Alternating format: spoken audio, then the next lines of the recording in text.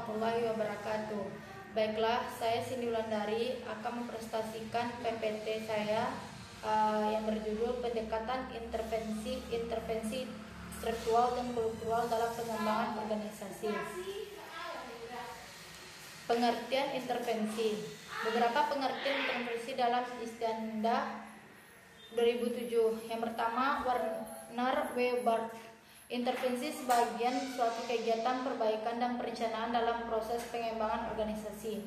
Yang kedua, Mokitjat. Istilah intervensi menunjukkan serangkaian kegiatan pragmatik perencanaan di dalamnya klien dan konsultan mengambil bagian selama perjalanan program pengembangan organisasi. Kegiatan-kegiatan tersebut dimaksud dalam rangka penataan dan perbaikan kembali fungsi organisasi dalam memberikan kesempatan kepada anggota organisasi untuk bekerja dalam tim ataupun mereka pengelola suatu tim serta pemelihara stable organisasi agar tetap dapat berjalan dengan baik sesuai dengan tujuan organisasi. Yang ketiga, aggregate. Intervensi adalah merupakan kegiatan yang mencoba masuk ke dalam suatu sistem data hubungan yang sedang berjalan, hadir berapa di antara orang-orang, kelompok ataupun objek dengan tujuan untuk membantu mereka. Yang kedua, suatu intervensi dapat dikaitkan efektif apabila terdapat informasi yang benar dan bermanfaat, bukan karangan klien atau konsultan, tetapi benar terjadi dan berlaku secara nyata dalam organisasi. Kebebasan memilih atau yang mempunyai kewenangan perbuatan keputusan adalah terletak pada posisi klien, dan keterkaitan di dalam klien mempunyai tanggung jawab untuk ketetapan terkaitan pada pelaksanaan dan perencanaan atau keputusan yang telah dibuat. Intervensi dalam pengembangan organisasi. Intervensi berarti keikutsertaan klien dan konsultan bersama-sama perencanaan proses perbaikan berdasarkan atas masalah yang dijumpai dalam proses diagnosa. Intervensi merupakan satu kegiatan perbaikan yang terencana dalam proses pembinaan organisasi. Pendekatan intervensi dalam pengembangan organisasi, yaitu intervensi struktur berfokus pada tingkat organisasinya. Yang kedua, intervensi teknika berfokus pada tingkat pekerjaannya. Yang ketiga, intervensi berfokus pada manusia. Intervensi struktural atau berfokus pada tingkat organisasinya yang melalui dengan menggunakan kegiatan intervensi struktural terdapat 3 hasil yang diharapkan akan dipetik, yaitu yang pertama, restrukturasi atau reorganisasi. Yang kedua, sistem imbalan baru. Yang ketiga, perubahan kultur organisasi. Intervensi teknikal berfokus pada tingkat pekerjaannya. Melalui penggunaan intervensi ini ialah berluas pekerjaan secara faktual, teknik pencapaiannya. Yang pertama, pembangunan tugas agar pelaksanaan yang tadinya berbagi-bagi menyatu di tengah orang. Yang kedua, penciptaan satuan kerja yang bersifat alamiah, yang berarti bahwa aneka ragam pekerjaan seseorang karyawan terwujud menjadi suatu yang dapat diidentifikasikan serta merupakan suatu yang bermakna. Yang ketiga, penciptaan hubungan kerja dengan kliennya.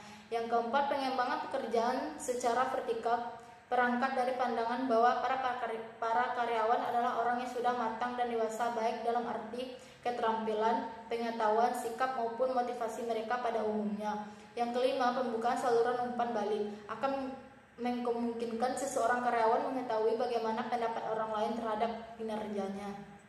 Intervensi berfokus pada manusia.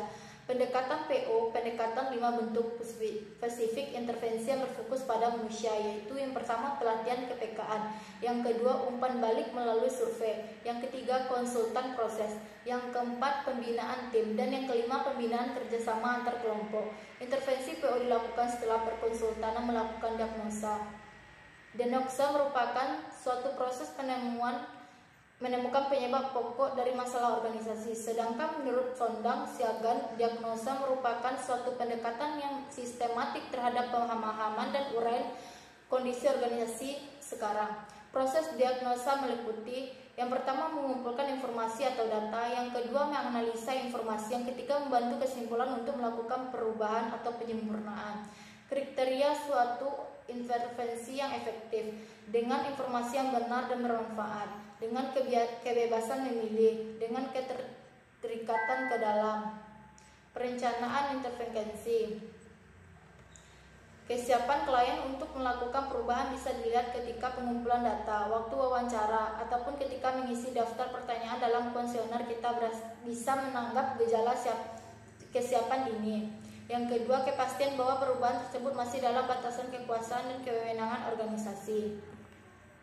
Yang ketiga, kesiapan sumber-sumber internal untuk membantu memanage, memonitor, dan memelihara proses perubahan.